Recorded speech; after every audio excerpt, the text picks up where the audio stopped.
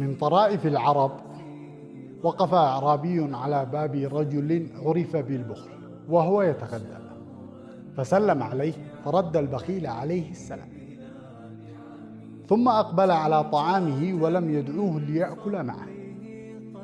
وكان الأعرابي يريد أن يشارك البخيل في طعامه، فقال الأعرابي للبخيل: أما إني قد مررت بأهلك. أجاب البخيل: كذلك كان طريقك. قال الأعرابي: وامرأتك حبلى. أجاب البخيل: كذلك كان عهدي بها.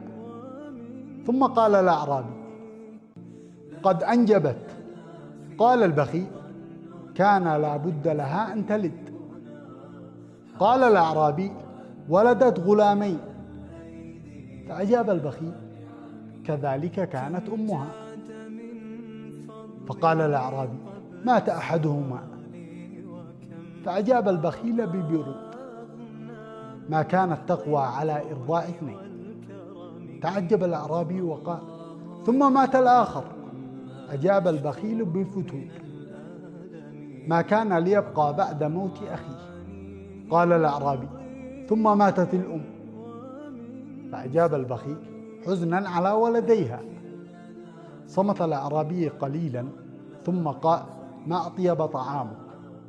فنظر إليه البخيل وقال: لأجل ذلك أكلته وحدي. ثم ضحك وقال: والله لا تذوقه يا أعرابي. فمن منكم يعرف رجلا مثل هذا البخيل؟ طبتم وطابت متابعتكم وتبوأتم من الجنة مقعدا. في أمان الله.